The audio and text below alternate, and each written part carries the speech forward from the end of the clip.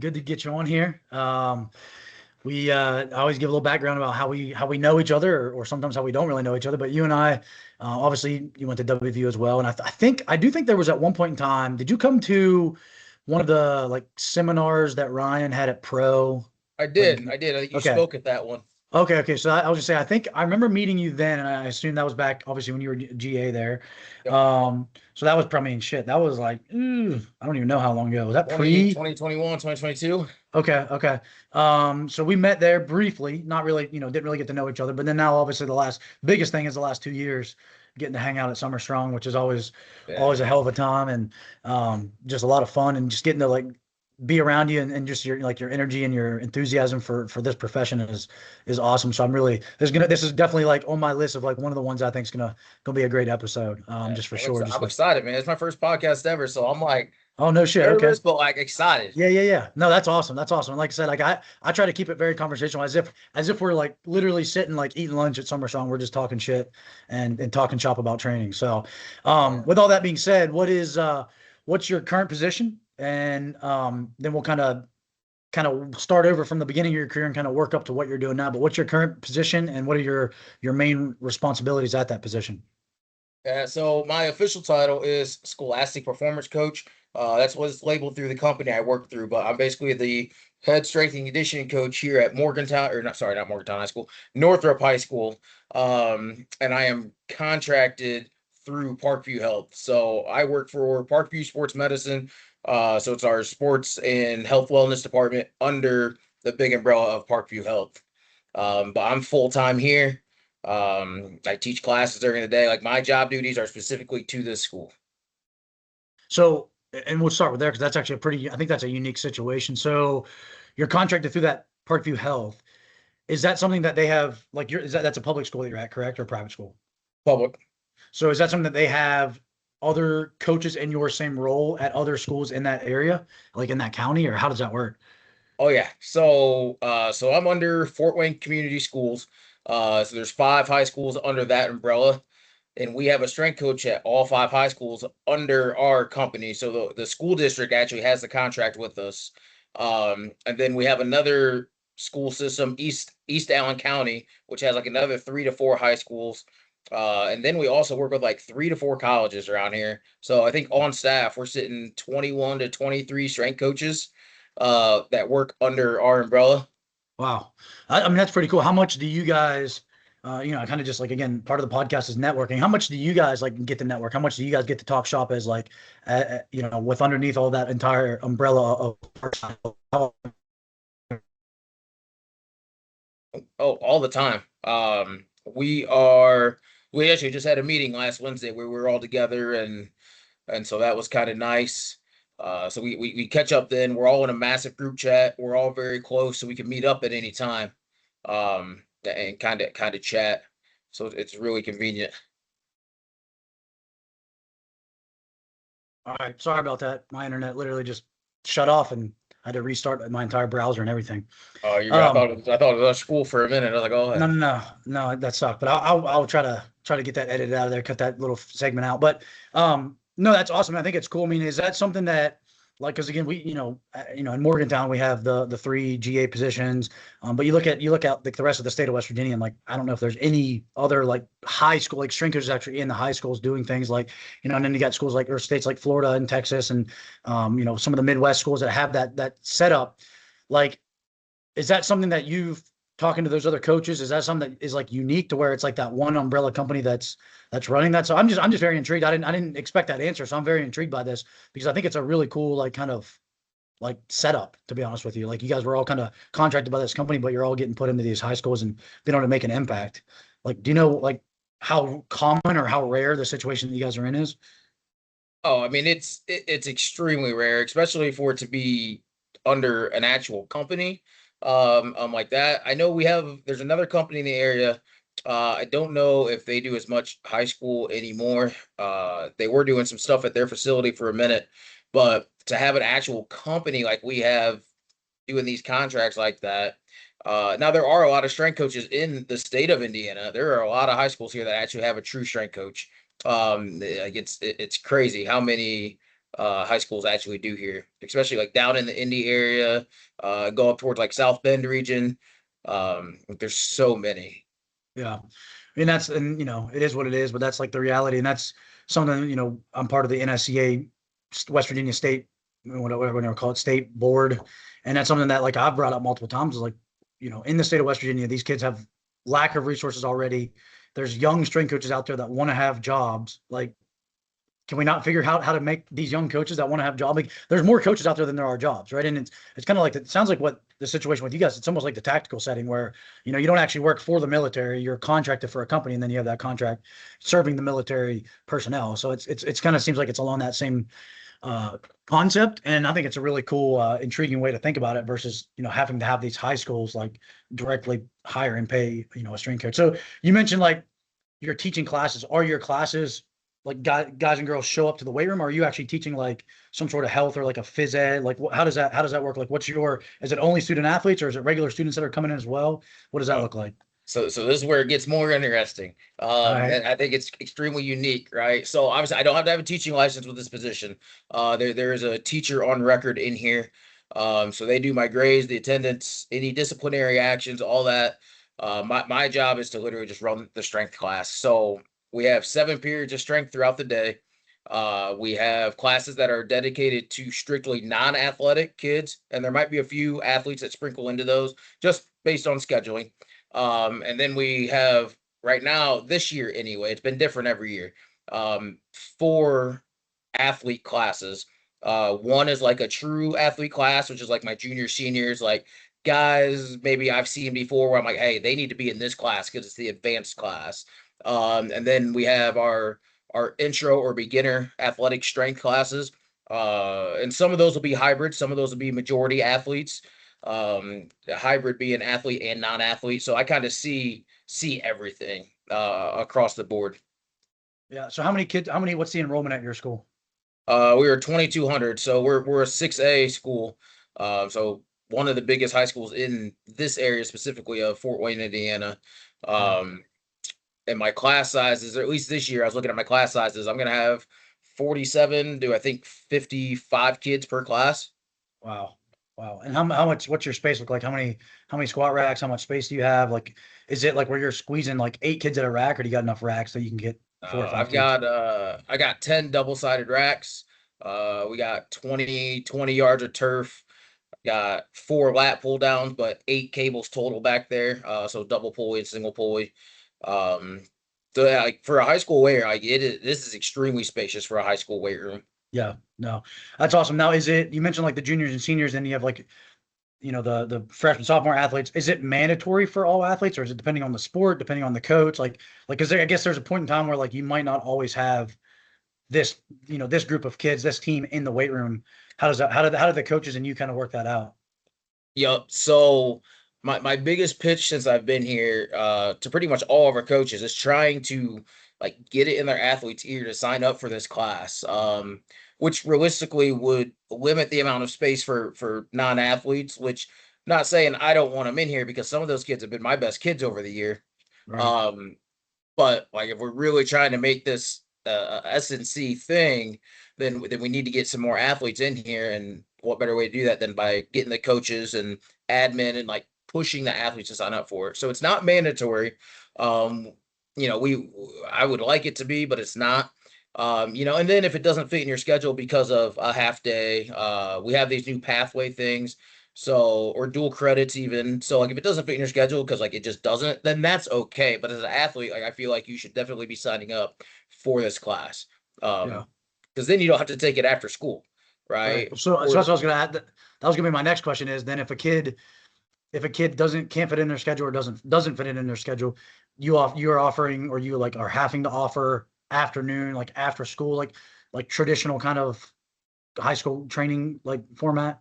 Yep. So I typically do 2 to 2.5 hours after school. With the way our demographic and the city is set up, I pretty much fit. If you're not an in-season team, you are directly after school. I don't really have the ability to stagger teams of like, all right, baseball, you're here, basketball, you're here, because they're not coming back if I send them home and ask them to come back. So everybody runs after school from 2:45 to like 4 o'clock. That allows us to get everything done. I'll see like football will lift pre-practice. We have a lot of coaches here that have to drive from their other jobs, so they start a little later. Like volleyball, the past years they've gone post practice. Sometimes my cross country teams will go pre or post. It just depends. But I try to encourage, if you're in season, go after, just so I can get all the all season teams in right after school. And so far we've been able to work it out over the years where it hasn't really ran into any issues. I've been able to spread the room out, or like, all right, hey, you're going to warm up at 3 o'clock instead of 2:45. Like, just give me 15 minutes so I can get things rolling. And so it's worked out pretty well that way. We don't offer any morning sessions. We start our first class of the day starts at 7:20, so we don't do any morning sessions. Yeah, no, that's really cool. I think I think the high school thing is very intriguing to me. Just number one, just I mean, how like the amount of impact that you make. How many total just students do you see like on an average day? Let's see. I mean, in the If you're past, thinking like 30, 40 35, kids, yeah, 30 35 kids to times 50 seven. kids every year, 7 classes a day. I don't teach all 7 classes, but I have my hand in 4 to 5 of them all the time. So, I mean, you're looking 200 plus kids a day, plus whoever I see after school. I mean, we're every bit of 2 to 300. Right. And Yeah. then No. obviously the summer programs, which are just athletes only in the summer. Okay. No, that's really cool. So let's kind of go back to like the beginning of your career, because again, I was telling you before, I don't know much about what you did pre WVU, and then I don't know if you had any stops between WVU and the position that you have now. So what was kind of like the beginning of your S&C career? Yeah, so I did my undergrad at Bluffton University, was a 4-year football player there. Didn't really know jack shit about strength and conditioning at that point in time, right? I finished my undergrad in 2016, did a private sector internship where I worked with athletes in Gen Pop. So I kind of got one football scoop when that thing was popping off, and just started shooting shots at all these places. Like, all right, let's see what happens here. So my first stop after graduating, I went down to South Carolina with the Gamecocks, as with Jeff Dillman and Dave Feely. And so that was kind of my first experience into college strength and conditioning in general. I volunteered at Bluffton for a little bit, kind of helped out with the volleyball team, um, but still didn't really know much about it. So South Carolina was my very first stop along the way.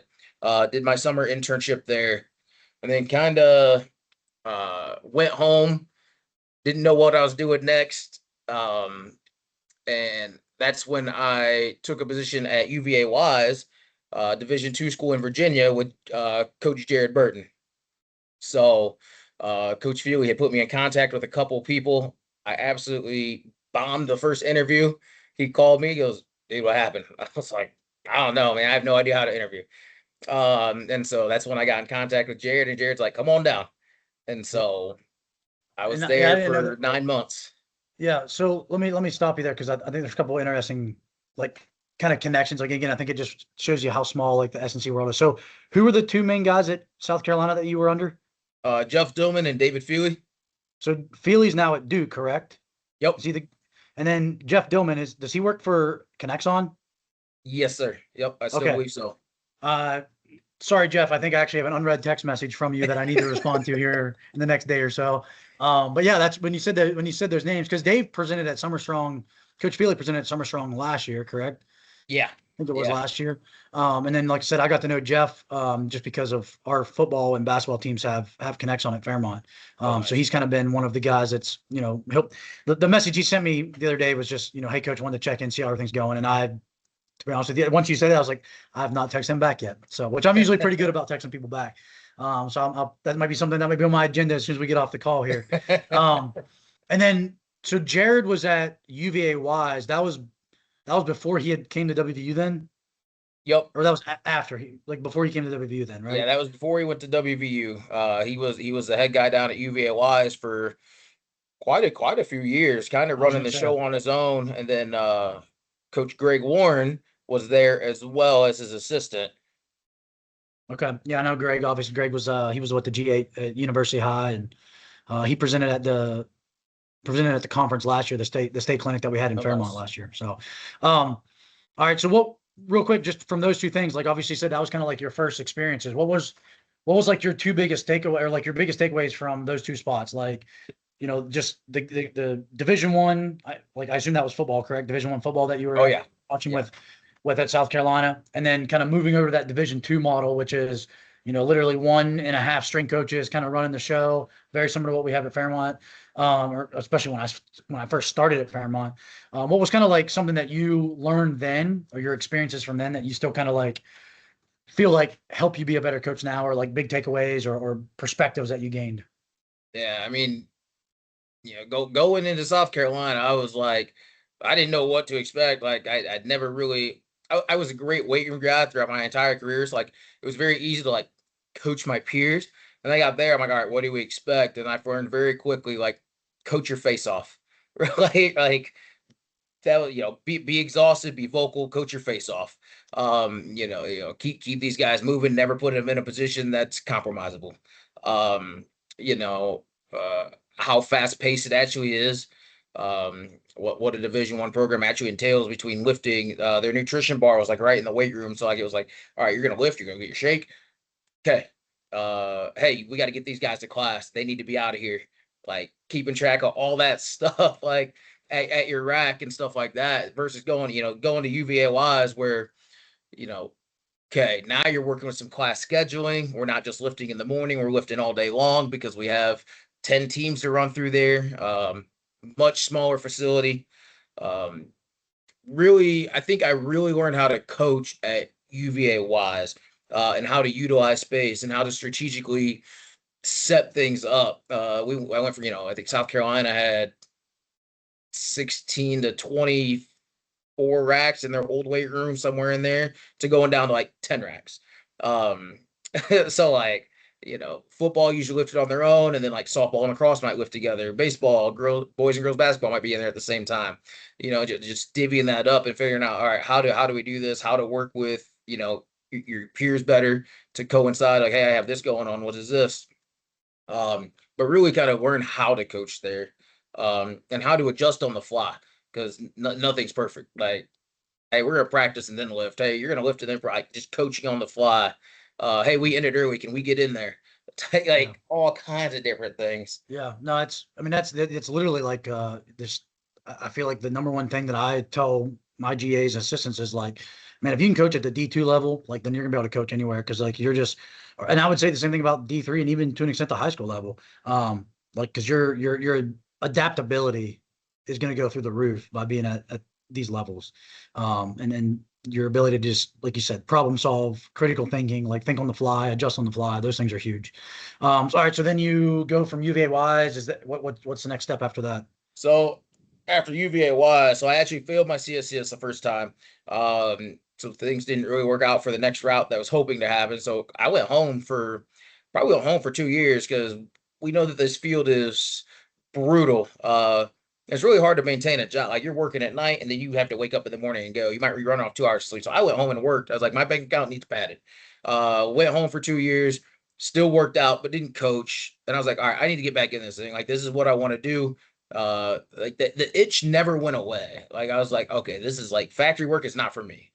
So I took another internship with University of Toledo, under Coach Brad Boucher. Did that with football. Was there for the summer, a little bit into camp, and then took another opportunity out in Iowa at Waldorf University, which is an NAIA school. So now we're kind of tapping into every division and level that we got. Where I actually had legit teams there. So I had responsibilities at Toledo, which was nice. I had the specialist, and some newcomers, because we weren't a full staff of 5. So he kind of, after a while, kind of was like, hey, like, these are your guys. You're gonna take them through their workout. Versus the Waldorf, I had men's wrestling, um, and men's hockey. So, and then I assisted with the other teams, assisted with football, would watch baseball, would watch track when they were in, just to see what they were doing. Trying to learn from everybody else on staff. So, and then did not stay there long. 700 a month does not go a long way. Yeah. when you have to buy your meal plans and everything else. So I went back home, and that's when the opportunity at West Virginia had came up like a year and a half later, and I was like, this is a no-brainer. Let's go. And so I was like, did my GA there as a high school strength coach under the GA. And then my second year there, I interned with WVU's Olympic staff while I was there. Was that something that was kind of just continued to facilitate because of your previous relationship with Jared? Because at that point in time, then Jared, I assume, was at WVU, right? Yeah, yeah. Yeah. I was gonna ask you too, like when you were at Waldorf, where's that at? Waldorf Middle of University or nowhere, College? Iowa. Middle of nowhere, Iowa. Nothing but cornfields and hellacious winters. Yeah. When you were there, what and you were like that was the first time you were kind of like really in charge of your own teams, like you were writing the programs and everything. So I was writing programs at UVA Wise. Okay.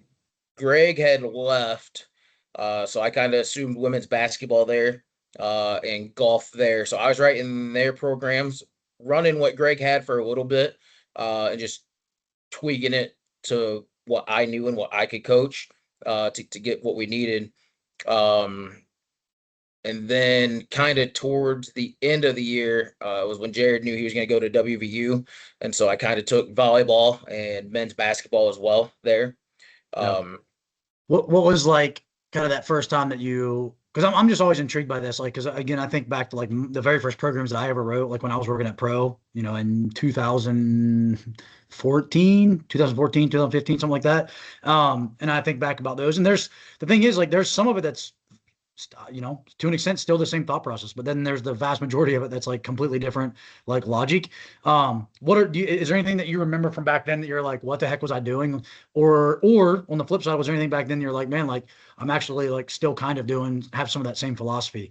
And you can answer that any way you want, but like, I guess like, what was it? What did your programming look like back then? Or what was like a experience of like, hey, this is the first time I'm in charge of a women's basketball team. Like how does that compare to like how you approach things now?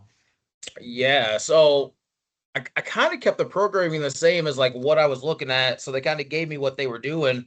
And so I tried to mirror that as we went. Heavily block periodization, kind of how, like a weightlifter would program essentially. And so that was kind of my first experience into programming.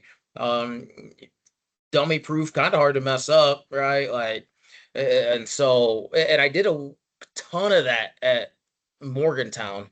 And now I've kind of shifted away. I mean, it's still blocks, like we still have our phases that we want to be in, but like now I run the heck out of APRE and 531. Like, those are my two methods I run now. And I kind of got away from all right, we're gonna do 3 weeks of 10, then we're gonna go, all right, we're gonna go 5x5, we're gonna go 5x3, then we're gonna go 3x5, 3x3. I've kind of gotten away from that. Unless it is our newer intro kids. Those guys I kind of take along that straight linear spectrum. All right, so you got the GA at WVU, first year just at Morgan. So you did 2 whole years at Morgantown High, right? You just did the first year, and then the second year also over on the Olympic side as well. Yep. What was like, and I'm gonna probably follow up with how things are going at your current school. But what was like that, because that GA position had already been in place, but what was that when you're going into that position? And I think it's great that the kids have that opportunity and that the coaches have that opportunity to have you guys, young coaches in there. But there is the flaw of, or not the flaw, but the drawback of every 2 years they're getting somebody new with a different thought process, a different personality, a different approach to how they want to train those athletes. So it's like the kids are getting rewarded on the front end with, or like struggling on the front end to get, understand what you guys are asking them to do and all that, but they're getting rewarded on the back end with having passionate young strength coaches in there coming in and working their butt off. So what was that like in terms of like when you stepped into that position, looking at, and you kind of mentioned this a little bit, you at UVA was like, you didn't just completely probably come in and just make wholesale changes to everything everybody was doing, but what changes like did you make, or how do you approach those changes? What was that conversation like with all the coaches? And then how did you kind of get that initial buy-in from all the athletes? Yeah, so the transition was actually super easy. Like I think that the school systems there, I think absolutely love it. So the buy-in was super easy. Like the coaches, obviously, Coach Mike Ryan has his cross country team there. So like, you got 50 cross country kids in there, which is very uncommon anywhere. Um, so but the buy-in was super easy, and I think it was just be authentic to who you are, right? Like not try to hide who you are. Obviously, make those connections immediately with the athletes. Like I think that's the hardest transition, right? Like getting an athlete to buy in, knowing that they don't really care what you know till they know you care. Right. So like immediately starting conversation with the athlete. Hey, what's your name? What's your grade? Just small talk on the side. Hey, how's your day been? Anything exciting going on? How's school? Like just the smallest conversations you can possibly make to get them one to obviously feel more comfortable with you and show that you care. To help create buy-in into that program. Um, Programming didn't change much. Like I kept that block periodization. The guy before me had block periodization as well. I think when I had took that position, that was kind of one of the stipulation. Like, hey, I don't care what exercise you do, but like try to follow this block periodization model. And so easy transition on top of that. Obviously did the exercises that like I deemed fitting for what I was doing there, but super easy transition there. Like it's probably I always say it was one of the best places I've ever been. Like it was a unified culture, and it's even more so unified now. Like I'm sure you see it all the time being in the area, like how successful that school is. And it's because it's important. Like the coaches want their athletes in there. Last I knew, almost every sport there gets in there. Like I had just started getting new sports towards the end. Like golf had just started doing it. Like it's important there, and everybody buys in from admin all the way to the coaches, all the way to the kids. And they have strength training classes there. So like I didn't run classes when I was there. I would just show up after school, and I'd run after school from 2:30 to 7 o'clock at night, and I'd get everybody in after school. But like they have strength coaches, or they have strength classes there, which also helps. Um, so like it was super important there, and it made it an even easier transition. Like this was the expectation set by like everybody. Like I said, that's what those kids. I mean, I don't know if those kids realize.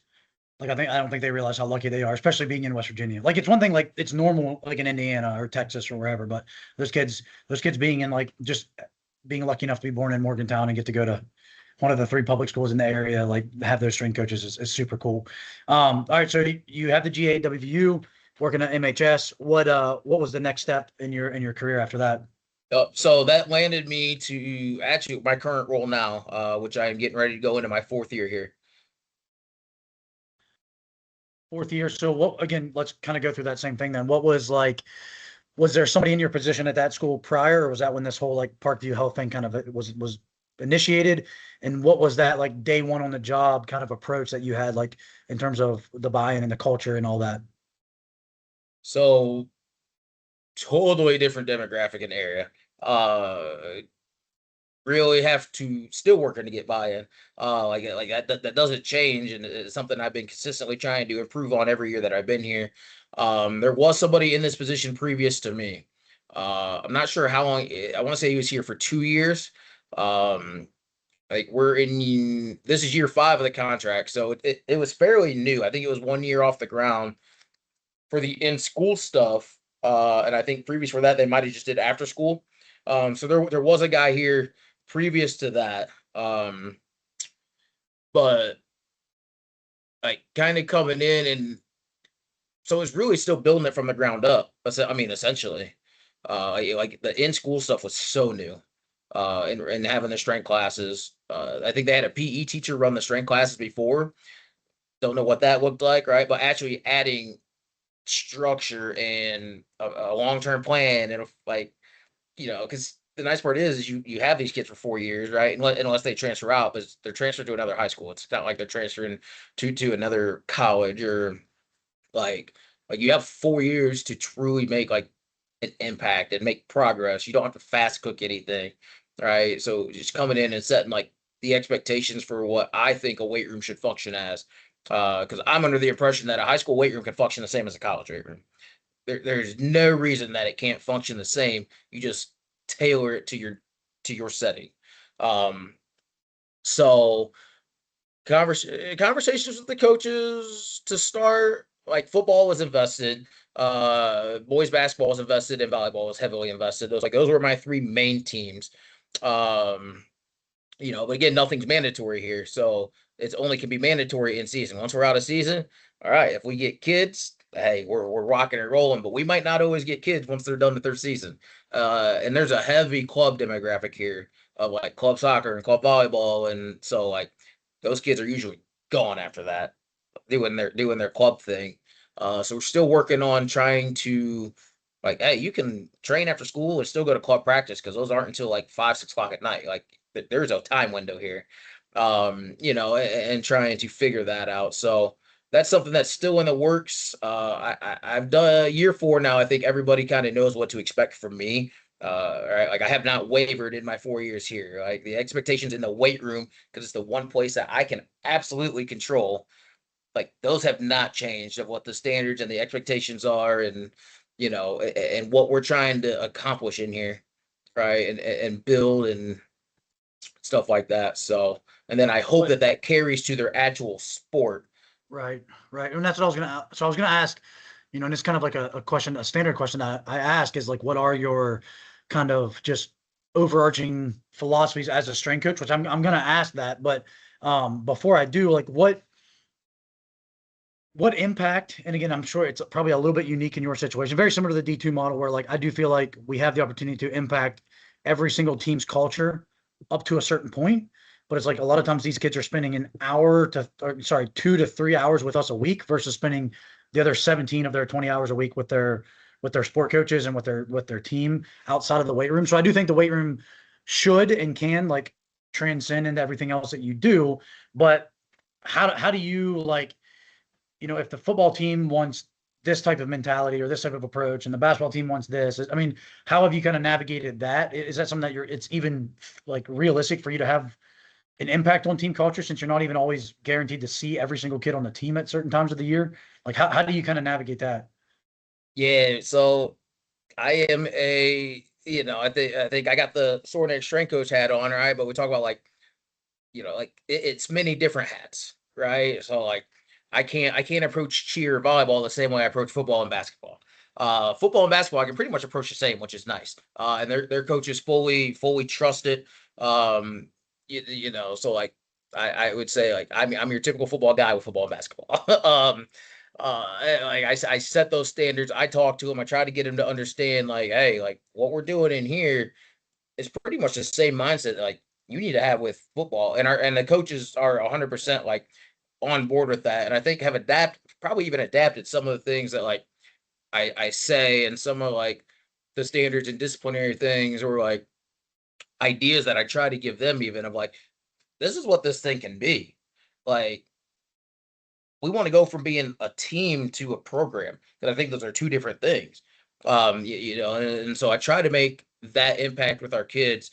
Try to give them like, I wouldn't say pod responsibility, but hey, like this is your rack. You need to be a good teammate. You need to, all right, like you need to be texting and calling your teammates because it means more from you coming from us.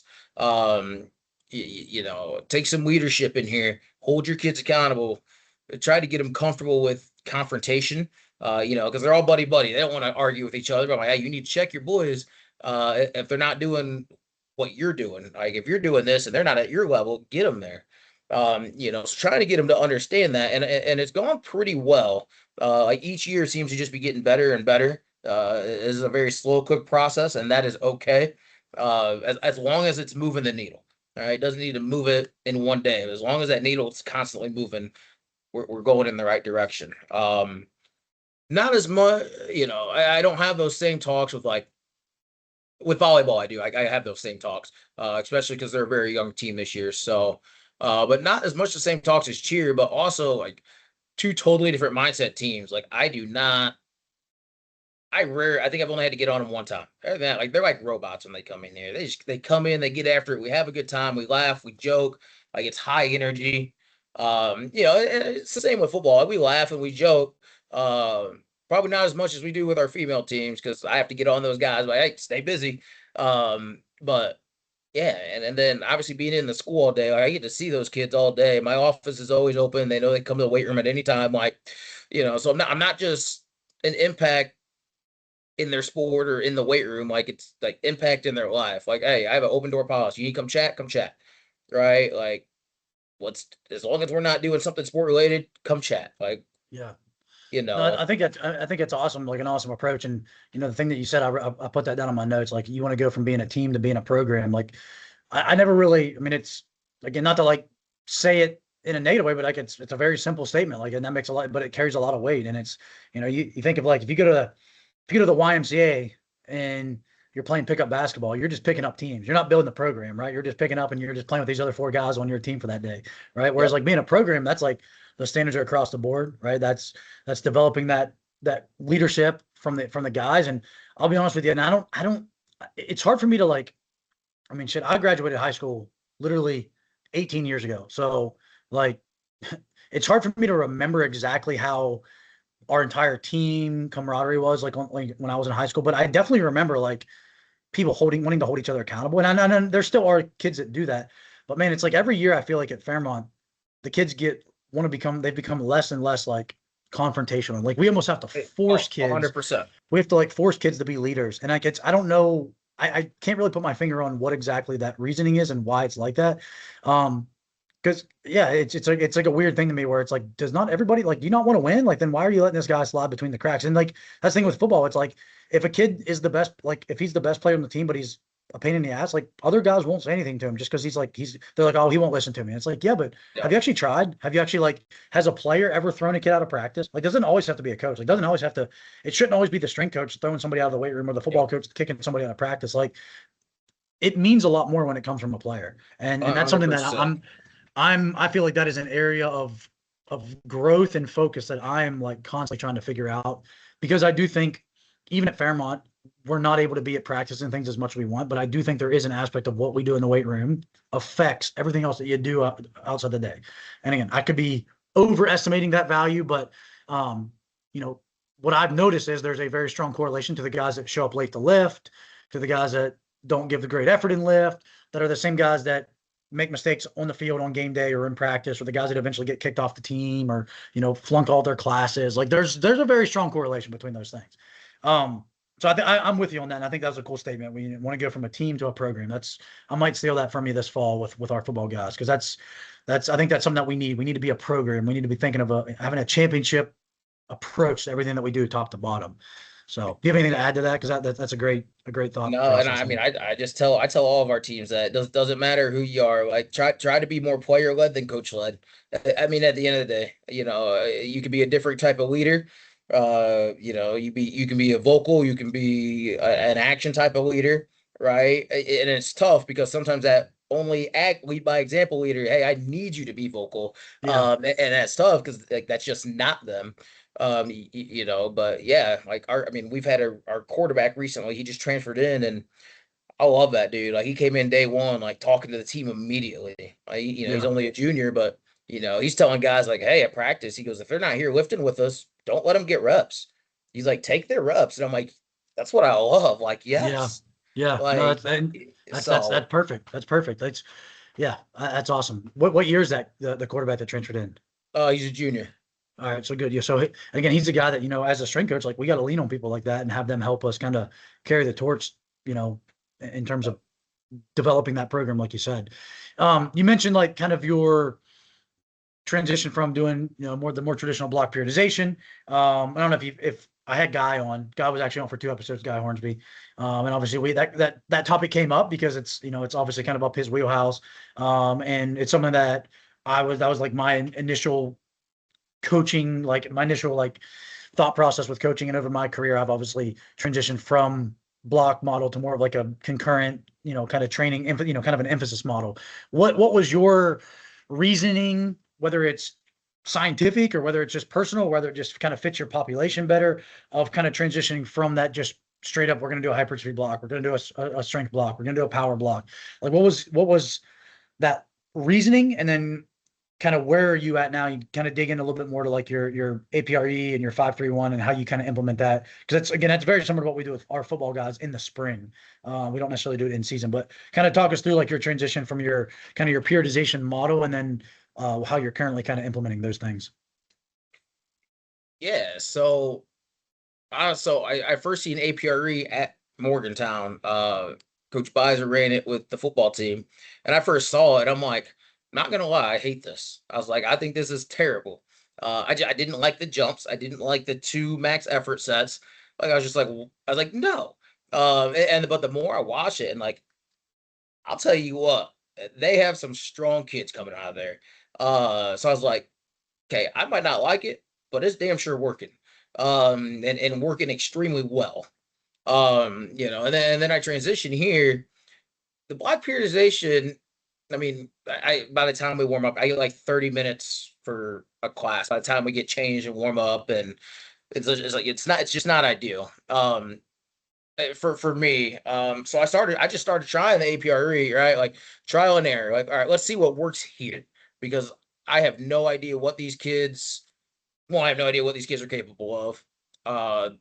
I really want to run APRE 6 and 3. I don't run 10. I'm not a big high volume guy, especially for our main lifts. I think the more and more I learn about the high school level, the more I'm like high reps on any main lift kind of just turn to garbage in a dumpster fire as soon as you cross over like that 6 to 7 threshold. So the rep integrity is no longer there for me. So I was like, all right, let's decrease the rep ranges, kind of stick in that strength and power phase.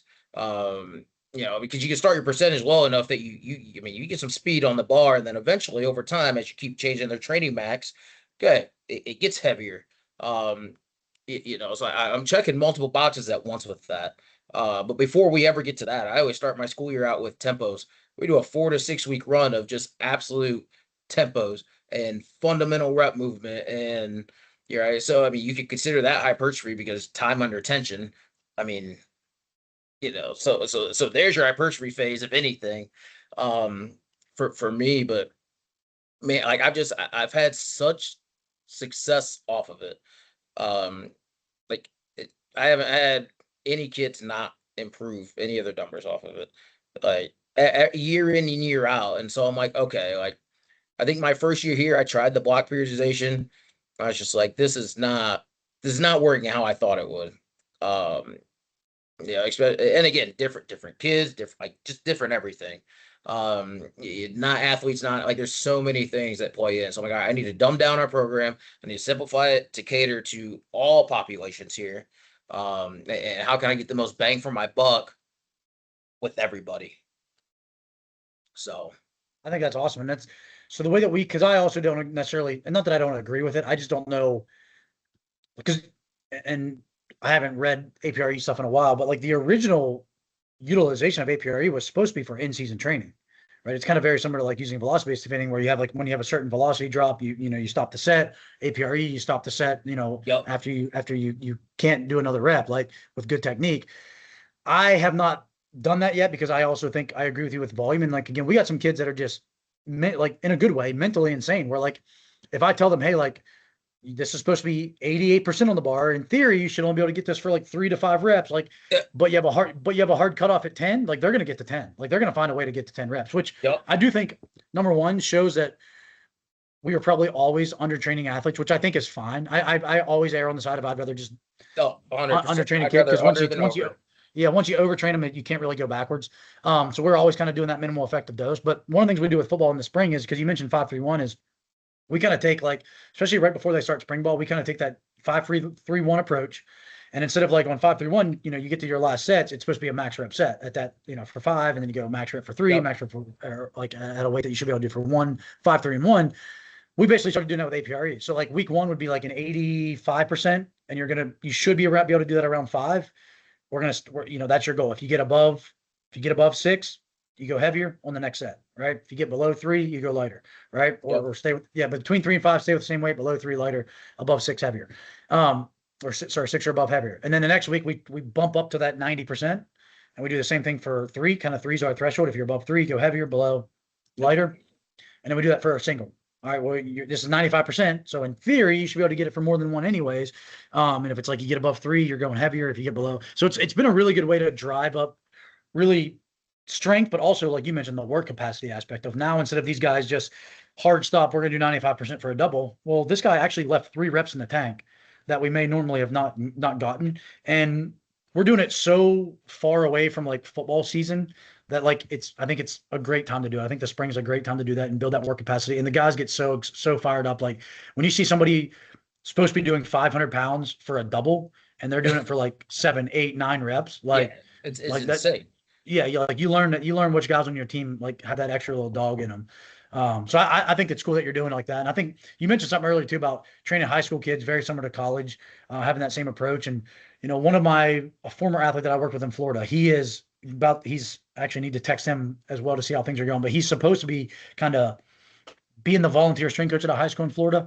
And we were having that same chat of, what is the approach? What is the volume that a high school kid can withstand? And it may not be exactly the same as a college kid in a normal situation, but I think college kids also are underneath a lot more stress and workload.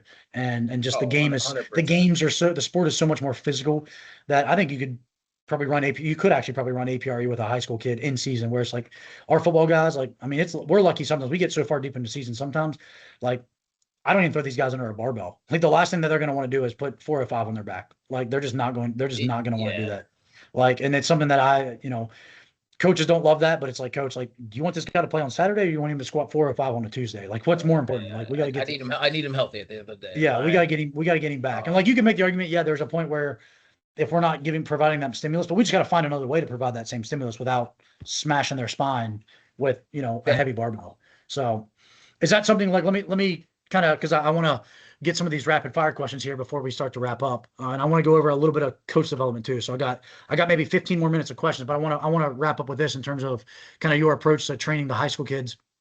How much different are you looking at like their in-season training? And then obviously I know you said out of season, like you might not even see some of the kids out of their main season, but how much different are you in terms of just like the volume, the number of days, the frequency, the days of the week that you get them, the volume that you're exposing them to, and then kind of just like the loading schemes in terms of like the percentages and all that you're exposing them to. Like, what does that look like in terms of, if I were to come in and I was watching, hey, you told me, hey, this kid's, a basketball player, would I be able to know, hey, he's probably in season right now because of just the percentages and the rep scheme and all that? Or is there a little bit more gray area there than what most people would think? Because I think there is always gray area in there. Like people don't realize that like you can hit heavy singles in season and you can hit heavy singles out of season. Like, Yep. there's A crossover there. 100%. So what's your Um, thought process? so obviously we talk about that 5-3 on APRE. So I run 5-3-1 in season. And I think you're supposed to start at like 90% of your training max. I'll bump that thing down all the way to like 83, 85%. And that is our training max. So now I can change your training max every 4 weeks. You're not getting killed under the 5-3-1 load. If it's early in the week, we will hit that plus set on the last set. If it's closer to a game, I'll be, hey, no plus set, just hit the reps for the day. Right. But like, so I change their training max based on where they're at so we can progress it over the course of their whatever 12 week season, however long it goes. So you'll notice their weights are quite a bit lighter unless they're at the end of the season. Like if they're at the end of the season, that training max is obviously probably 93% now by the time we've adjusted it 3 or 4 times. So that's kind of how I adjust their numbers. I do everything percentage based once I get a training number. APRE again, it's got the percentages to follow with your sets. I've added extra warm-up set in there. So we go 50, 75, 90, then that 100% number to bridge that gap. And I have found that is extremely beneficial. But I mean, same thing. So, and I love that it's catered to every kid. It's not more than what they can handle, right? I don't have every kid squatting 220, like 225, so, but that's kind of how I make my adjustments in season. And then I have I took this from Cody Hughes, I believe. I seen him post it. It was that stoplight system, which kind of, hey, you're green, you're yellow, you're red, right? So like, I think game day, it's like, all right, we're going to we're going to cut all of your reps in half and we're going to cut off the last set on everything. Yellow. Okay. We're just going to I think cut the reps in half, but you're gonna do all the sets. You keep the same weight though. The weight doesn't waver. We just change the sets and the volume that you're doing. And that's been a pretty good deal. Like our kids know, I got it posted all over the room in places, and like I'm like, hey, look at the thing. No, if it's a game day, like you still have to train. You don't get out of training because it's game day. Your volume's a lot different. Yeah, so that's interesting. So you got kids that are training on the same day that they have competitions. 100%.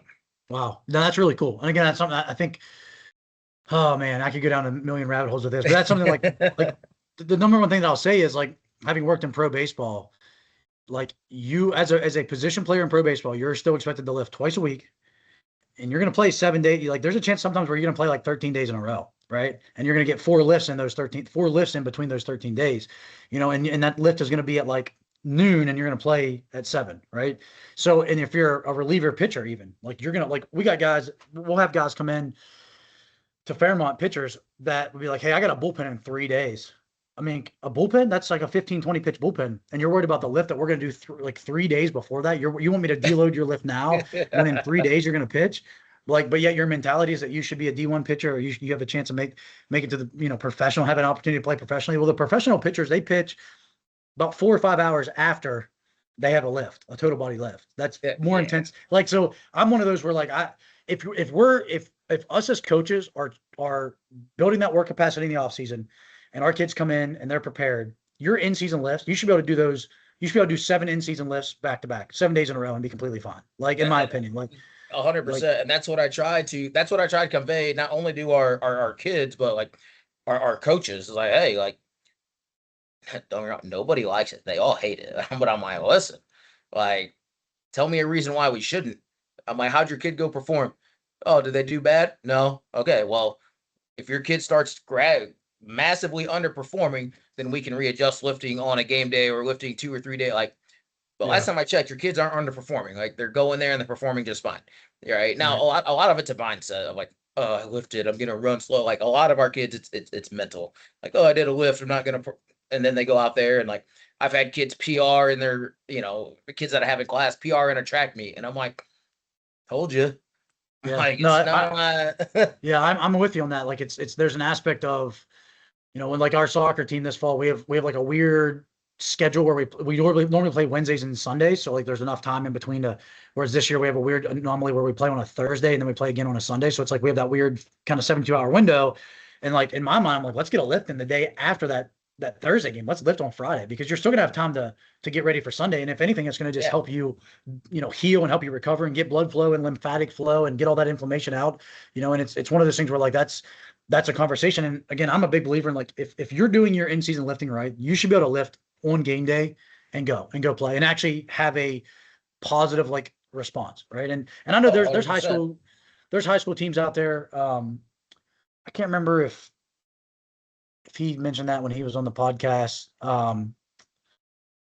But like there's teams out there. I know I've listened to podcasts. I can't remember if it was on mine, or on a podcast that I was listening to, but they talk about they have Friday night games. Like they do like a Friday lift. Like they're going to go in, they're going to do some sprints to get to like, and do some power cleans to get the CNS ready to go. And then they're going to go and win on Friday nights. And like, if I were to tell some of our, hit one lift, like you don't need to do a 6 exercise lift.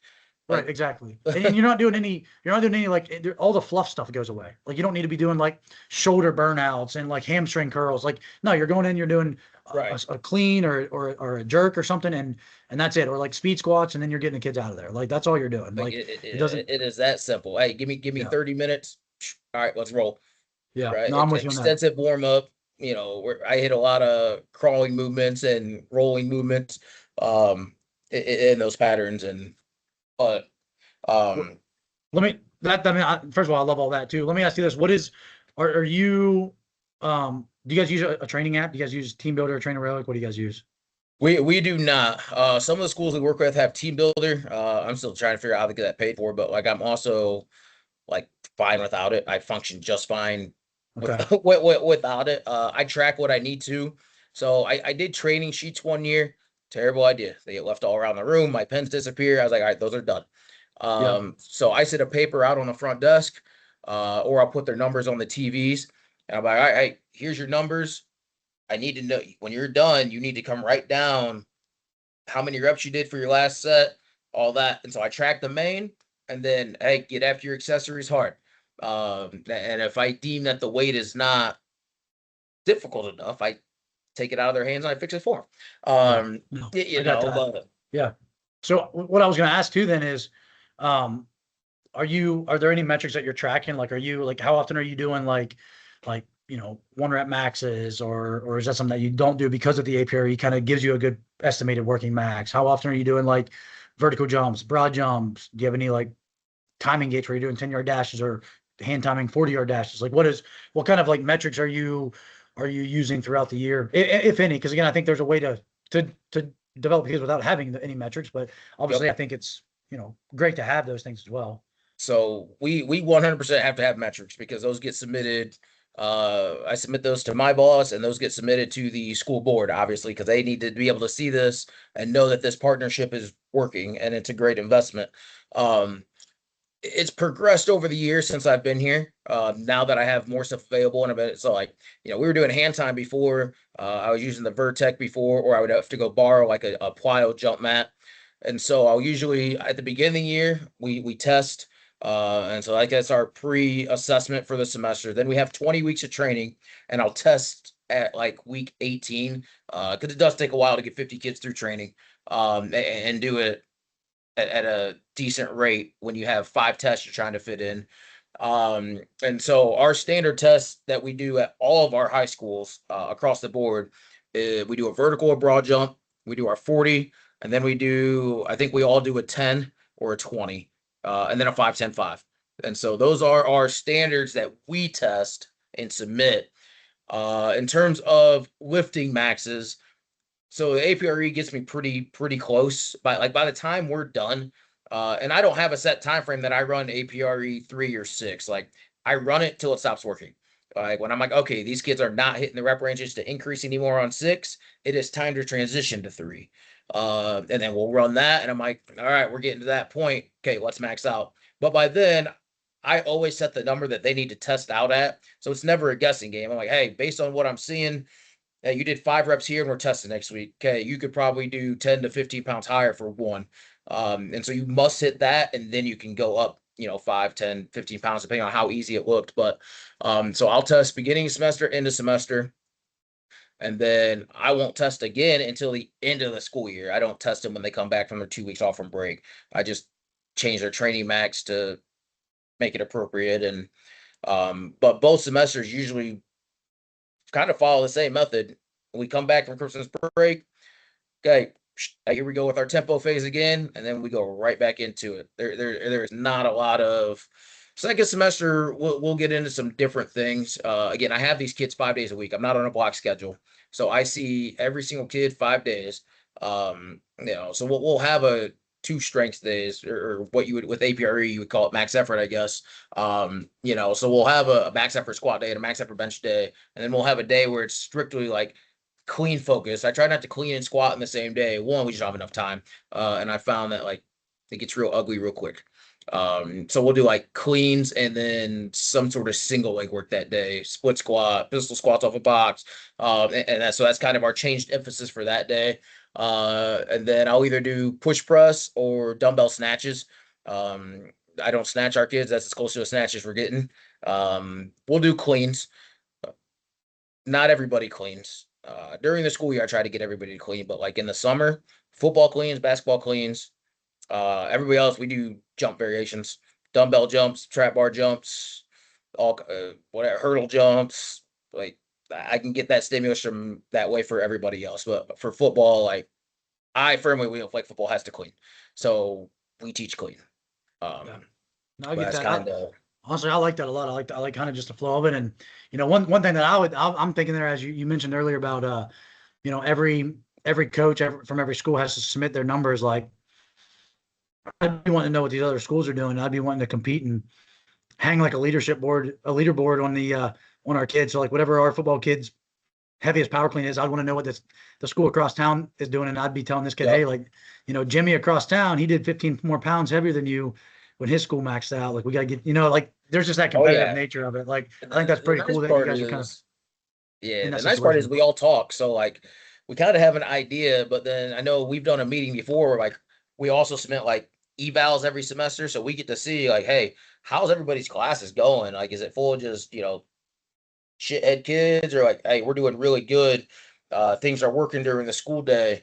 I think I struggle during the school day because I am seeing so many populations and everybody's around their friends. So like the school day, the buy-in is a lot less. Right. I don't want to sweat all day. I don't want, like, there's so many different tangibles of like why I'm not gonna work hard today. After school and in the summer, yeah, I feel like I'm in God's country. Like everything is perfect. Like we're getting after it. There is no, now it's athletes only. Like there is none of the BS going on.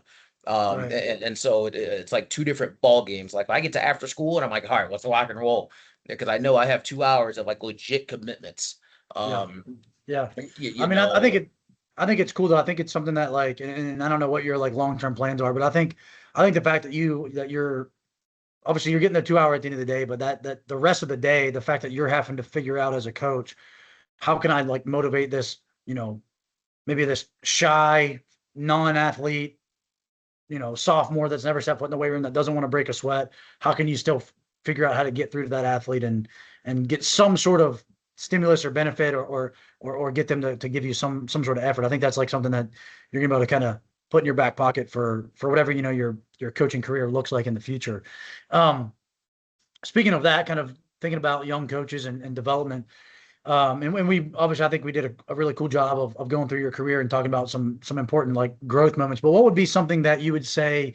And I also think it's cool that you're like, you told the story of like, for 2 years I didn't coach because I didn't really know. I had to make money, and I had to, like, this profession is not, you're not gonna make money right out of college with a degree, unfortunately, for strength and conditioning. What would be like your biggest piece of advice for, a young potential strength coach, somebody that's, on the fence of, do I really want to do this? Do I really want to like not make money for 3 or 4 years? Do I really want to go have to get my master's degree and work as a GA? Or somebody that's like is a young coach, somebody that is a GA that's like coming out of Morgantown High, that's about to graduate and about to be looking for a real job and potentially being set up for disappointment when they don't get that first or second job that they apply for. Like, what would be your biggest advice to young strength coaches? yeah, I think number one, like, don't get discouraged because you're gonna get 1,000 no's before you get a yes. So like, don't get discouraged by that. Just keep plugging away because all it takes is one yes. Network like absolute crazy. I think I was listening to the podcast with Tanner, right, and he was talking about like, hey, like if I don't know somebody or like I don't know you, like, like, so network, get your name out there, make people know you, make people call you to hire you because you stood out to them. And I think like it's easy. Like you could be like, hey, do you want to hop on a call? Hey, can I come for a visit? Like anything, it could be so easy. And it is scary to do that because like you think that they might say no, and I'm kind of under the impression like if you say no to talking to somebody, like shame on you because we're trying to grow this profession. So, um, but then also, hey, if you can get in it early, get in it early. Like I have a kid just finished his first year at Ball State, and he did his internship his entire freshman year with football. And I was like, dude, like you need to do an internship all 4 years while you're there. If they let you keep coming back, I said, but you're there for 4 years. Go to the Olympic side too. Learn, meet. I'm like, and that will make your transition easier, I think, to get a GA sooner, right? Because most people they finish, they might do a summer internship or they finish their undergrad and then they're going into their first internship. So now you have to do this internship, maybe two of them before you get a GA. Well, if you can get 4 years of internship at the university you're at, one, I think that makes it easier for the university because they don't have to worry about a kid trying to find a place to live, maybe leaving because they're not getting paid. Like you're already at the school. Okay, you just made your path to the next transition that much easier, in my opinion. So like knowing what I know now, like get in it early, network, like make the path easier for yourself. If you have a job, start putting back money, knowing that like, hey, you might have to go live somewhere for a little bit of like some free shirts, like set yourself up for that. And, like the first part about saying no, like, man, when I was in that transition of like private facility, pro baseball, like before I got the job at Fairmont, like I bet you I know for a fact I sent out I probably applied for at least 50 to 75 jobs in like a 3-month span. Like, I mean, every job that was popping up. And looking back at it, I probably should have been more selective because like I was applying to jobs in like Idaho and like I really didn't want to. Right, Not that like, there's I need like a job now. the crazy thing is like as I've gotten older, like Idaho actually doesn't sound like a bad place to live. But like when you're like, 26, 27 and you're like my wife and I were like either freshly married or about to get married, like I don't know if my wife would want to move to Idaho, like, and not know anybody. So it's like, it's one of those things where like you do have to be somewhat selective, but aside from that, especially if you don't have anything else like tying you down, like, man, apply for everything and don't be discouraged. And, you mentioned about the fact that like, and this is something that definitely drives me nuts about our profession and about, especially the older guard, the older generation of strength coaches is, I actually last week, I reached out to a strength coach, at a school so one of our sport coaches we just hired, and I'm being a little bit vague because it'll kind of give it away here if I say too much, but which to an extent I should just say it, and just call the person out because I think it's kind of fucked up. But anyway, I reached out to the school that this coach came from. It was a D1 school, ACC school, and I reached out to this coach there. I was like, hey, me and this coach are trying to get our thought process in alignment. I would like to pick your brain on what you guys did at this school when this person was an assistant there with the team that he's working with. And crickets, didn't hear anything back. I waited like 48, 72 hours, sent him another email, just say, hey coach, just want to follow up. Just want to see if you had 5-10 minutes. I could pick your brain. Didn't hear anything back. Like that to me is just like, man, like that. I just don't agree with that. Like I wouldn't be where I'm at if I wasn't, number one, trying to beat down people's doors in terms of letting me have a chance to come and talk to you and interview with you and hang out with you. And number two, if it wasn't for those coaches that actually gave me that opportunity, like I would not be where I'm at if it wasn't for Rigo Fabulous from the Yankees. I sent that dude like 5 emails and he finally gets back to me. He's like, dude, we don't have a position open. Just come over and hang out though. And then I hung out like 2 or 3 times. He's like, look, we're going to offer you an unpaid like assistant position. And then the next year they created a part-time position for me. Like it was the first time that they'd ever created a part-time position because I just didn't want to leave. Right. And they enjoyed having me around and helping me out as a young coach. So it's like, if I wouldn't have stuck my neck out, but if he also wouldn't have extended a hand out to help me out and he'd have just ignored my emails, like I may have never had the chance to work in pro ball, which would not have prepared me to be able to work at Fairmont State where I've been now. So I'm with you on that. I think as a young coach and then as a older coach, I'm going to kind of throw myself in that boat. Like, man, like respond to people, reach out to a bunch of people and respond to people. Yep. And even if it's just like a simple email back, like, hey man, reach back out to me in 6 months when I'm not in season and we'll set up a call. Like just respond back or just say, fuck off. Like I would rather get that email like, hey, fuck off versus 100%. Versus just ignoring somebody. Well, you speak about following up. Like I think as a young coach is like, it's okay. Like wait a week, wait 2 weeks. Make sure that you follow up. Don't just send one email and be like, no, you have to follow up. I would say, I think a general rule for me is I usually follow up one time. And then if I don't hear anything, okay, like clearly, but you have to send at least one follow up. So, but yeah, like I think those are the key to really getting in this field and like be a sponge, right? Like, but same thing for the coaches that like maybe say no, like nothing we're doing in this industry is hidden.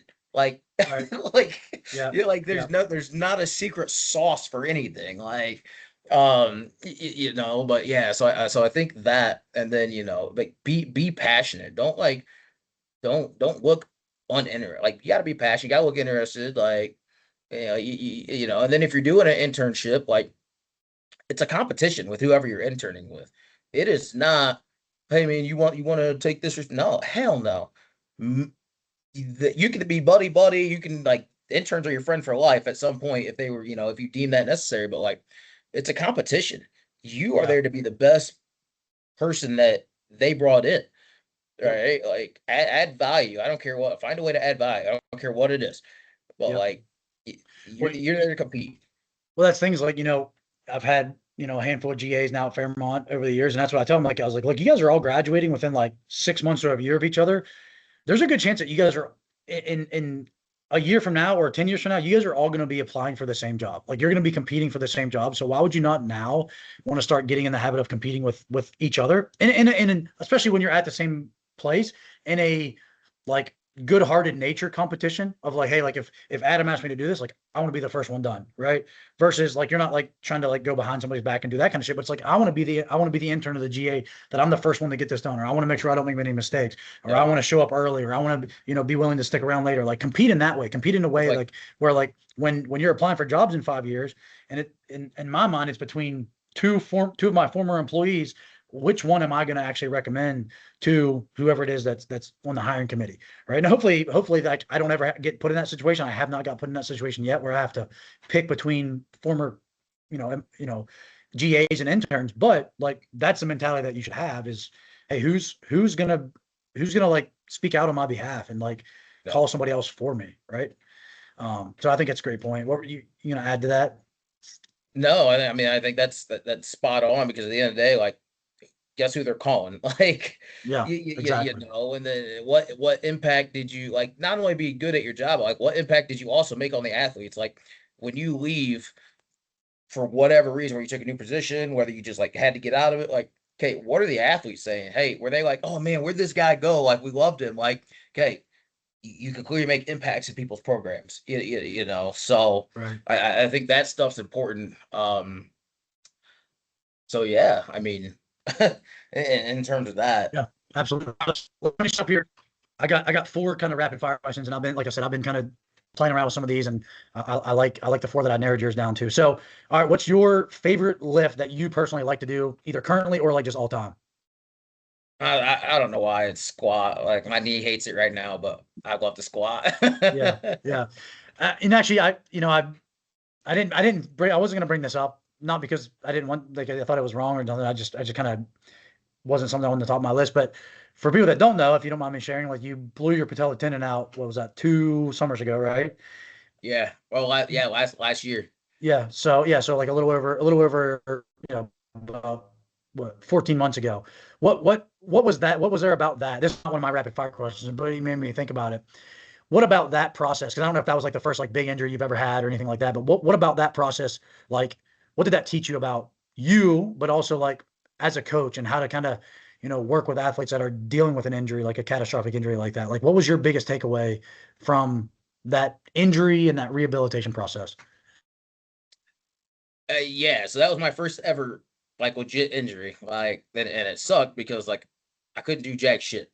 I was bedridden and I got really tired of that. So I went back to work after a week of surgery, rented a wheelchair, and I was coaching around in my weight room in a freaking wheelchair.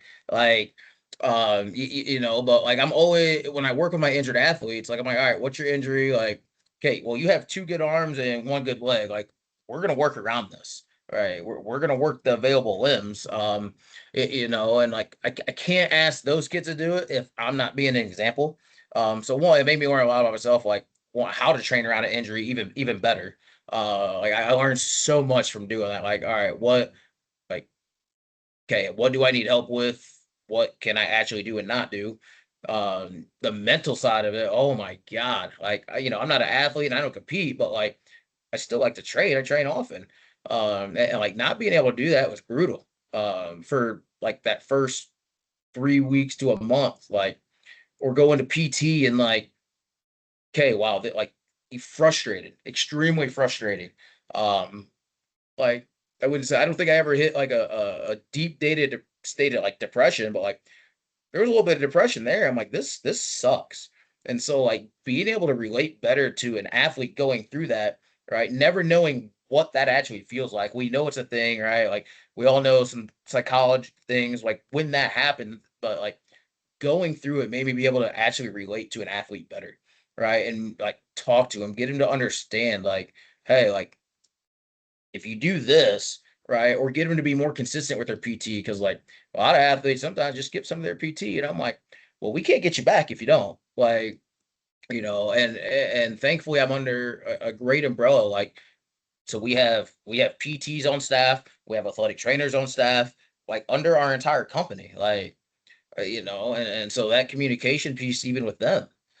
So for me, it's just like it was a fortitude. Like I was able to mentally push through some things, and I think again better train my athletes because of that.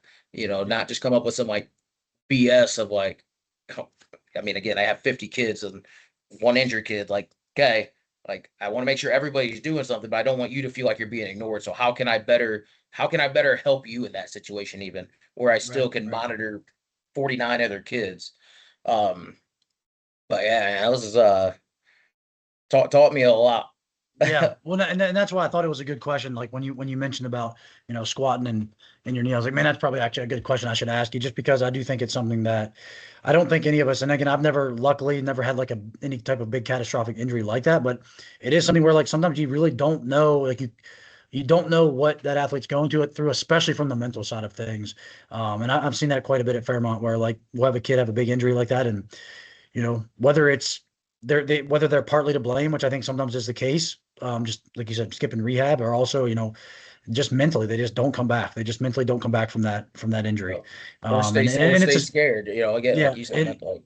yeah, and it's a shame, man, because it's like, man, it sucks that the thing that you love doing is what stopped you from doing the thing that you love doing. Like getting injured playing football or basketball is what stopped you from being able to play football or basketball. So it definitely sucks. Um, all right, let's get a little more back to some positive stuff. So, all right, what is a strength and conditioning hill that you're willing to die on? Like it could be anything. It could be a coaching philosophy, it could be a training philosophy, it could be a periodization model. Like what is a hill that you're willing to die on as of right now? I mean, my biggest thing I would say is, and I tell this to literally everybody, I'm like, just because you pay for it doesn't mean it's better. Listen, I'm not Mm, like the bee's knees at what I do, but like for the amount of kids that actually pay to go privately train and don't train with their team, like I'm just like, listen, or they're like come back and then train with their team, and I'm just like, well, you didn't get any better, so you just spent three, four, $500, and like I don't see anything different. yeah, So I'm really like, just because you pay for it doesn't mean it's better. By all means, I'm not saying don't go train privately, but I think that there's certain things that can be done there, and there's certain things that need to be done in your team setting. yeah. Well, I mean, I definitely would agree with that for sure. I think there's a great value to private facilities. I think there's especially like if you're thinking of like NFL combine prep, right? But something I've talked about, and I've worked at places like that, or MLB baseball off-season training facilities, like 100%. Like you need to go and you need to get away from your strength coach. You need to get away with the person that you've just spent the last, like if you're a college football player, the last like 4 years with, or a baseball player, the last 9 months that you just Mhm. spent with this guy. Like go work with somebody else. But you know, there's also a factor of, and it's something else that I deal with at this level, because nothing's mandatory over the summer, right? So we'll have kids that be like, all right, well, I'm doing my own thing, or I'm going to go work with a trainer when I go back home. And first of all, if I actually believe them, then I'd be like, okay, that sounds fine. But then what ends up happening is, like, even if they go work with a trainer, the trainer is providing them things that yes may benefit them, but they want to enjoy it because they want their money. Right. Yeah, Whereas like I'm going to program stuff that I think is going to benefit you, but I'm not taking your money. So like if you hate doing Zercher squats and you're on the football team, like we're just going to do those for a month just because you don't want to part like that's as much science as I need sometimes. Right. We're going to do some stuff sometimes that just because I want to do it. Right. Just because I want you guys to like change your approach to how you're thinking. Like, whereas like if you go to a private gym and they're having you do Zercher squats, you might just be like, yeah, I don't want to do this. And they're going to find another way, another exercise for you to do, which is fine. I get that. And I've worked in the private facility. I love working in the private facility. I have no issues with it. But what frustrates me sometimes is kids will leave Fairmont and we give them exactly what we want them to do on train aerobic over the summer. And then they go work at this private facility, so they say, and then they come back and they have completely forgotten how to do a front squat, how to do how to hold the bar right on a deadlift, like how to put their yeah, feet like right. Like on the clear floor. Like, indicators, like okay. yeah. And it's like, look, did you actually work with a private facility? Did you not? And if you did, like, did they not ask, hey, what? Because my first thing is like when I've worked at private gyms and I've had off-season kids or summer kids, like my first thing is like, hey, what do you need to be prepared for when you go to Fairmont State this fall? Like, are you going to need to do power cleans? Because if you are, then we should probably try to implement them into your summer training program. So that's my frustrating thing is like, look, like I got 9 months with these athletes. They're going home and going to some private gym for 3 months out of the year and doing who knows what. Like that's the thing is like I don't know if those private gyms always have your best interest in mind. And again, I think some do. I think it's really depends on the situation, but it's definitely something that I've seen both sides of it, and I see the good. I see the very very strong positives of private facility, but also there's some drawbacks for sure. So I think that's a really good hill to die on actually. Um, all right, person. Ideally, it's a coach, but it doesn't have to be. It can be anybody that you'd most want to have dinner with, and it can be somebody that's dead as well. Give me the Godfather, Boyd Epley, man. Like, first of all, none of us are doing this without him. Like, Right, let's right. so honestly, probably him. Like, one to just be able to say thank you, but then kind of pick his brain. Like, I would love to know, like, man, like, what were you thinking during this entire time? And then, like, how's it progressed for you specifically? Like, what was that thing? Like, I would just love to dive into that with him. Yeah. No, I think that'd be cool. I think, and I mean, yeah, that's something with like through the NSCA. Like, I mean, he's still around. Like, he's still in the mix of things of everything that we do from top to bottom through the NSCA. So, that'd be actually a really good conversation.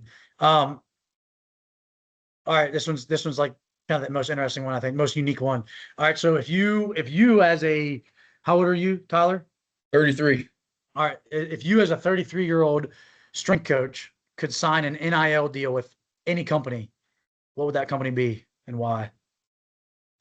Man, that's brutal. Listen, I like my Nike gear, so just give me Nike. Like Yeah, we get our sports order forms that have like BSN and whatever. And I'm like, no, I'm buying the Nike. I'm like, yeah, I just want to be swagged out in Nike. I'm a very simple creature. It doesn't take a yeah, lot to appease me. Like, yeah. I'll rep It's that all day funny. long.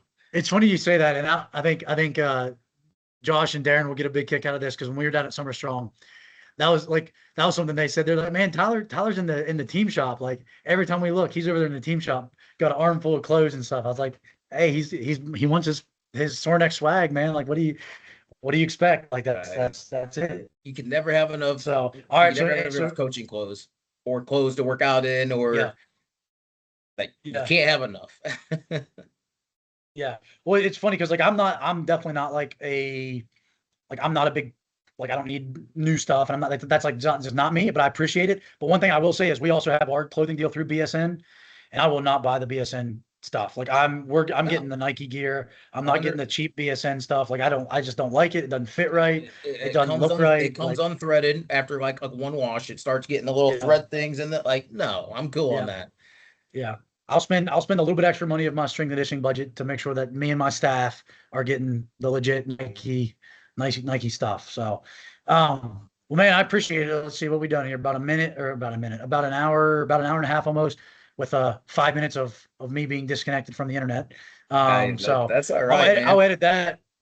But man, this was a lot of fun. I knew this was going to be good. I'm excited to get this out there, and I'll let you know when I kind of get it uploaded to YouTube, and we'll spread the word. And I'm fortunate that you were willing to hop on here and do your first podcast. I think you crushed it. So thank Hey, you. it was awesome, man. I appreciate you having me. It was a good deal. Like I love that was conversation. Like this is great, man. And like it's easy to get passionate about things, And like we didn't even cover. I was reading through that thing. Like we didn't even get to like philosophy or like my approach to like. All right, I have a 4 year. Like we have a true long term development here, and that's okay. Yeah, yeah, yeah. Like Let me, I because you're right. Because I mentioned that, but I didn't actually get to ask you that. So take another 2 or 3 minutes and talk about whatever you want, like whatever you wanted to try to get to and cover today. Because again, I want to hear from you. I think it's been cool to talk to you. So give me 2 or 3 more minutes of whatever you're most passionate about. I mean, I think one is as high school field's growing, right? Like those philosophies change more and more, especially because you don't have a guy for 1 to 2 years. Like you have a 4 year plan. For me, like obviously my philosophy never wavers of like, okay, make better athletes, but also make better people through upholding the standards and accountability and discipline and like energy and building confidence because like when you leave here, sports might not want to always be in your life. And I want you to be a good father, wife, husband, whatever it is. I want you to uphold a job and not get fired of your job because you know how to show up on time and you can work hard. Right. So like I think those are two Yep. major things for me. And then like I die on like, okay, be positive, be passionate, right? Like it's an automatic buy-in factor if you can do that, right? And then I got 4 E's, right? So I'm let's see here. I think it's effort, enthusiasm, right? Uh, excellence, and then the last one's energy, right? So, I mean, no, first of all, we're never going to be excellence, right? That falls under perfection. Nobody's perfect, but it's something that you can constantly chase. And if you're constantly chasing that, usually good things are going to happen. Um, right. But like, I think those things alone help create a buy-in for your culture. So those are kind of like my philosophy things, like how I approach coaching. Like, my room is never dead. I am loud, I am energetic, I'm bouncing about in the room. I think it was like my first year I took this job. One of my athletes goes, She's like, you love what you do, don't you? And I was like, you have no idea. Like, I do. I love this. I like watching athletes succeed, whether it's on the field, whether it's in the weight room. We go from no pull-ups to one pull-up. We go from no push-ups to one push-up, and we celebrate it. Like, hey, I'm gonna tell you good job. I'm gonna dap you up. We're gonna come up with some cool handshakes. Like, you got to make an environment so contagious it's impossible to fail. And that's kind of my approach to kind of how I run my weight room. Like, it has nothing to do like X's and O's program. Like, it's okay. Like, how can I make an environment where they want to come in and they want to train, right? And we're gonna get better. So in terms of philosophy points, but then like programming and looking at my 4-year approach, like, hey, if you've never been in my weight room before, and this is brand new, I've been stealing this from all kinds of people. All right, like I never really had standards. Like I was like, all right, I'm gonna teach you how to front squat and then back squat and maybe goblet squat. And then once your goblet squat looks good, okay, we can start on front squat. I'm like, no, like I need actual standards. So like I think I took this from I'm gonna mess his name up, Sean Wexman or Waxman. I'm gonna mess his last name up, but he was talking about, his goblet squat standard, and one of our guys on staff has it. So like I think for my feet, I dumped it to my population. So females, it's a 60-pound dumbbell. You got to be able to do for 10 perfect reps. For my guys, you have to be able to do an 80 for 10 perfect reps. You can test out on it at any given time. I must see it, and I must deem that it was to my standard.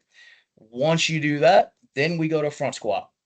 Whether it's hands free, whether it's arm, I don't care how you hold it. Ideally, I prefer the front rack position. But you start with the bar, and then every single week, and everything is tempos until I think you need to be done with tempos. So it's a 3-second tempo automatically, except for the test out. For the test out, no tempos. And you will basically you can add 5. You can add a 2.5, a 5 and 2.5, or a 10 every week, depending on how perfect your sets were. And so, but you do that for straight sets. Like we don't do ascending, it's just straight sets. And I mean, 5 pounds over the course of 20 weeks is a lot, right? And you might have a week or 2 or 3 where you have to stay at the same weight, but that's okay. Movement proficiency, fundamentals. So I spend a lot of time with anybody that's never been in our program, just grooving patterns, through tempos and making them earn the next step for everything that we do in here. You know, bench is everybody. If I've never seen you bench, I'll let you bench. We'll see what it looks like. All right, you get and I'm like, okay, we're tempos there, or all right, we're gonna do a lot of dumbbell benches and you're gonna do a lot of push-ups until we can handle that bar in your hands and the stability. Um, at least one day a week, everybody has one set of max push-ups in their workout. I think there's just a ton of benefit to being able to do a push-up, right? As an athlete, you need to be able to do it, or as a normal human being. So we have one set of max effort, whether it's modified from the knees or normal, and eventually you add weight to that. So like I think if you can hit 10 perfect push-ups, okay, you start adding weight to your push-ups, and it doesn't have to be like a 5 or a 10, right? But so we just have like small standards in our program now, so you have to earn every single thing that you do. And then like if you want to go from front squat to back squat, and I cheat from this a little bit. Like my cheer girls all went from goblet squat to back squat because they handle it extremely well. So we skip front squat, and one is going to be a lot harder for them to hold that bar. So I'm a little softy, and I'm like, all right, let's get you squatting on a bar. But for front squat, you got to be able to do your body weight for 4 sets of 5, right? Like, okay, now you can go to back squat. Back squat should be extremely easy by the time that happens. So that's kind of my approach for first year. And then, once you're in the second year, all right, I don't run any APR or 531 with my first year kids. They don't get to touch that. It's all just fundamentals, grooving patterns, and like making sure you're ready for your year 2, right? And then by year 3 and 4, like, okay, well, I need you to be a leader. Hopefully you're learning some of those capabilities year 1 and 2. But that's kind of the approach we take. Like, okay, can you come in here? Do you know everything you're doing by, you're getting your junior, senior year? That's kind of how I approach the high school setting. Like it's a slow, quick process because I have the time. I'm not in a rush. Right. I need you guys to stay healthy for 4 years. How do we create buy-in? How do we create confidence? Right. Like there's nothing better than a confidence builder of being able to earn the next exercise. And Yeah, stuff like that. I think I actually love that, and that's something that we probably haven't always done a good enough job at Fairmont with that. And part of that is just part of it is the transfer portal. Bad excuse, but it is reality. Like we will get kids on the football team this fall that will be here for one fall. They'll literally be here for football season. Then they'll either be graduating or they'll be going somewhere else. Yeah, it's tough because you got to have them ready It's now.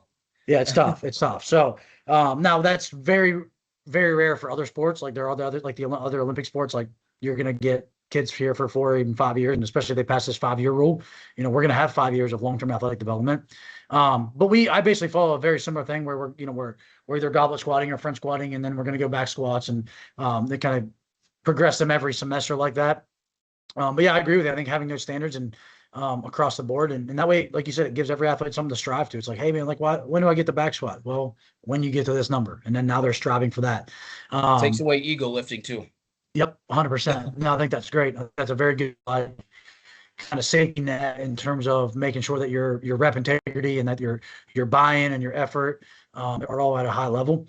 I will ask you this because I did skip this question. I usually ask this question. And this answer it could go a lot of different ways, but how do you think us as strength coaches should be measured in terms of if we're successful or not?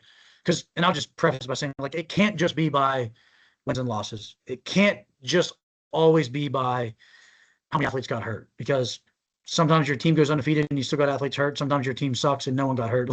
So those things aren't, those things are not always synonymous with being a great coach. How do you think we should be judged and measured by our abilities?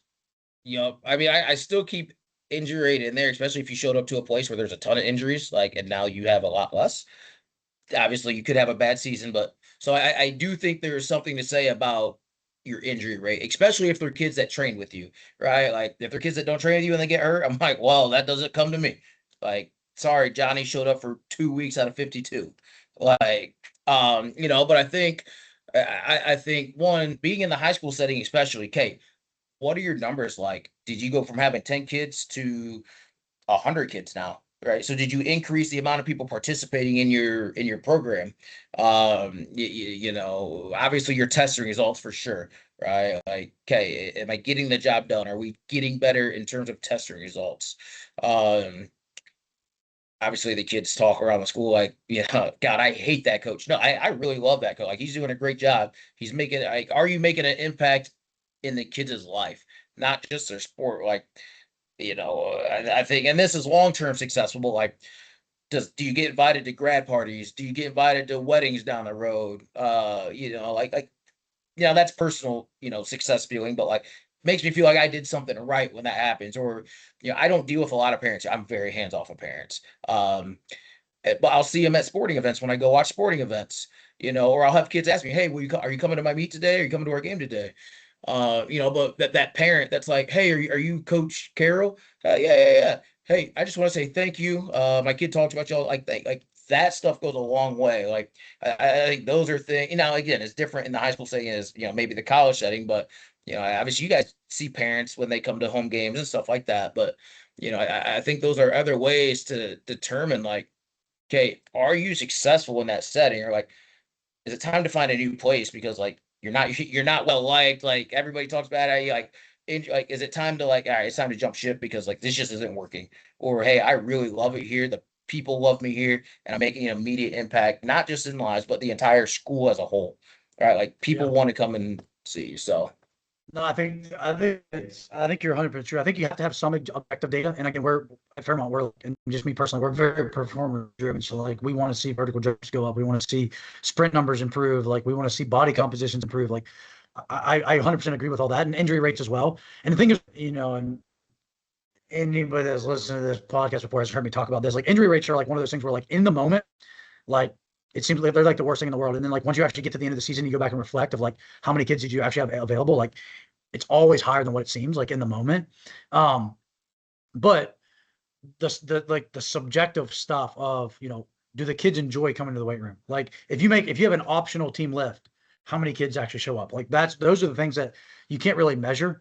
I mean, you can measure, but you can't really, like, not everybody knows, like, are they being measured? Like my boss, the AD, might not know, hey, we had an optional lift when you stopped in the weight room to say hi to me that morning. You actually walked in on an optional lift and the entire team was in there training. Like, that's a reflection of, the culture and the buy-in and things like that. And, I had this conversation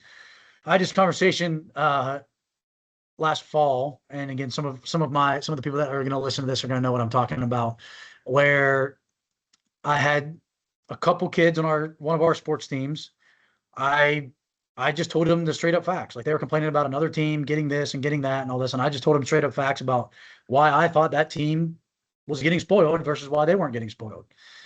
And, I basically called them out on their work ethic, their commitment level and all this. And, that they go, two or three of those players go and complain to their head coach. Well, they spin the story to where I was, talking shit about the coach. The coach comes to me and we have a conversation. And I said, Coach, I was like, think about it like this. I was like, you got two or three guys came and talked to you. I was like, how long since you've been here? Have you had anybody ever come complain to you? I was like, how many kids in we have 430 athletes at Fairmont State.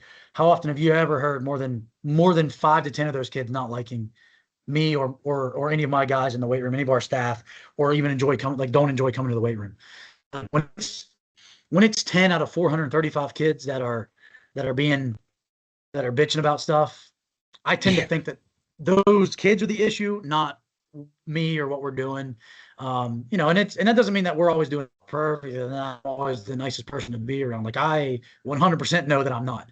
But I think it goes back to what you said. It's that culture. It's that culture. It's that program. Like you said, like just going back to what you said, like that program, like we've built a really solid S&C culture and program at Fairmont State. And it sounds like that's exactly what you're doing at the high school, like where the kids want to come in and like they enjoy training. And again, sometimes training is the last thing they want to do, but when they're in there, we at least try to make it the best 45 minutes to an hour out of their day, 2 to 3 times a week. So, I completely agree with you. I think there's objective measurements that we should be graded on, but I think there's also subjective measurements that you can't always really be graded on. And that's something that's, having a conversation is probably the only way that you could ever really get to that.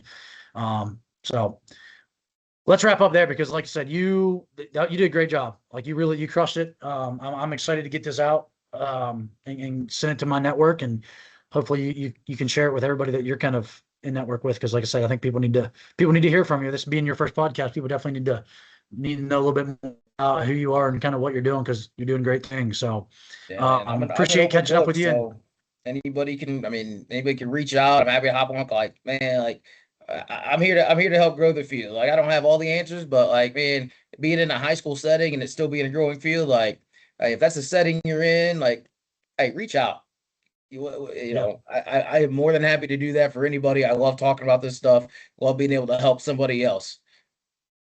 Yeah, and I think you can tell. Like I can tell from this conversation, and obviously all the ones we've had, at Summer Strong, and looking forward to catching back up with you at some point, and if at some point sooner. But if not, Summer Strong, what is it? 19 next year's 20. Summer Strong 20.